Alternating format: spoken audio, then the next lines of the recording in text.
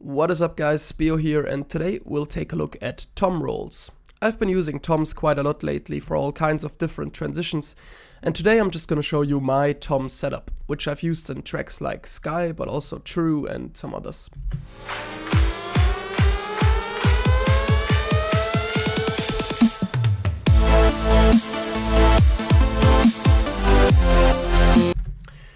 As you can see, I've pulled up the tutorial file from my reversed reverb transition tutorial, and I'm just gonna add some toms to this kind of step section so you can see how I put my tom sections together.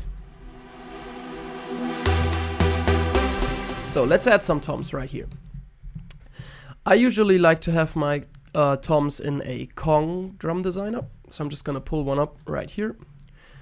And some toms I like to use from the factory sound bank are either the ones you can find in the Redrum drum kits folder under the exclusive drum sorted toms folder, and here I like to use the very last ones, that's tom 33, 32 and 31.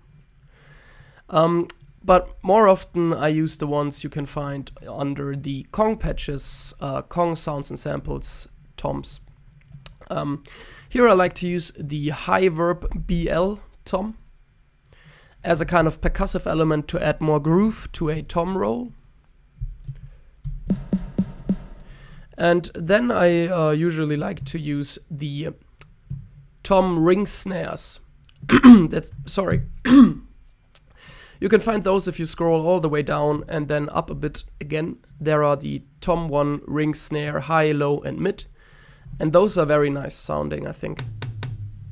So I'm just gonna chuck all three of them into my Kong. So we got the low, no, we got the high, we got the mid, and let's chuck in the low as well. There you go. Sweet. Now that this is set up, I'm gonna go into the mix channel where they're all run into, and I'm gonna add some reverb, some room reverb, just to make them a bit more, well, roomier.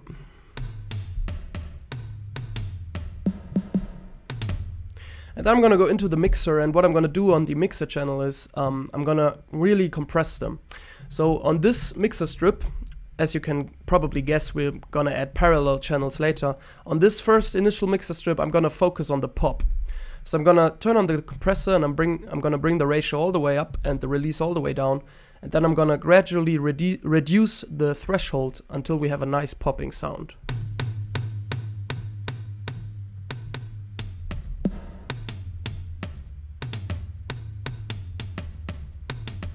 Sweet. I'm also gonna give it some gain because you probably can't hear him at all.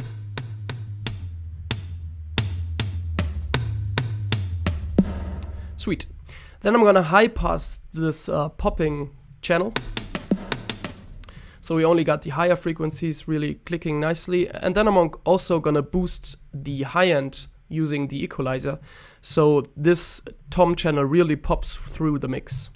Also, I'm also gonna enable the bell mode, which is turning the high shelf into a kind of parametric EQ value. So as you can see, we now have this nice kind of triangular shape of boosting.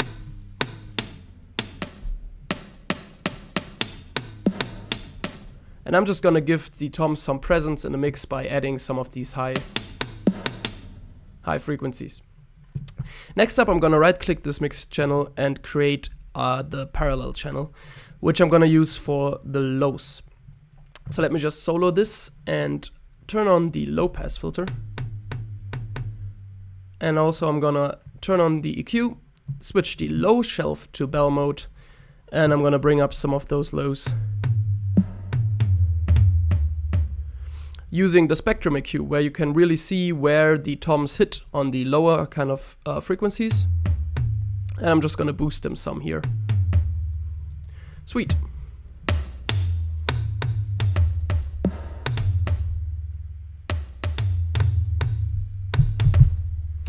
Now we can record our little tom roll.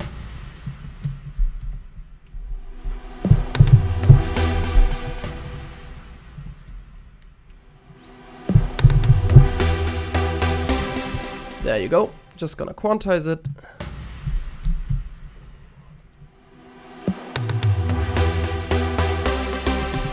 And there you have it. This is how I go about creating my tom rolls.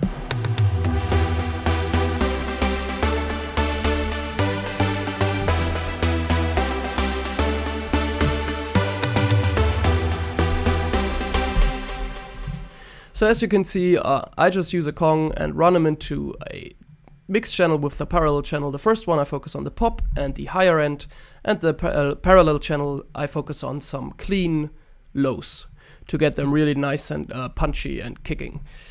And that's basically it. So I hope this tutorial was useful and you can go on to using some nice tom rolls in your next track.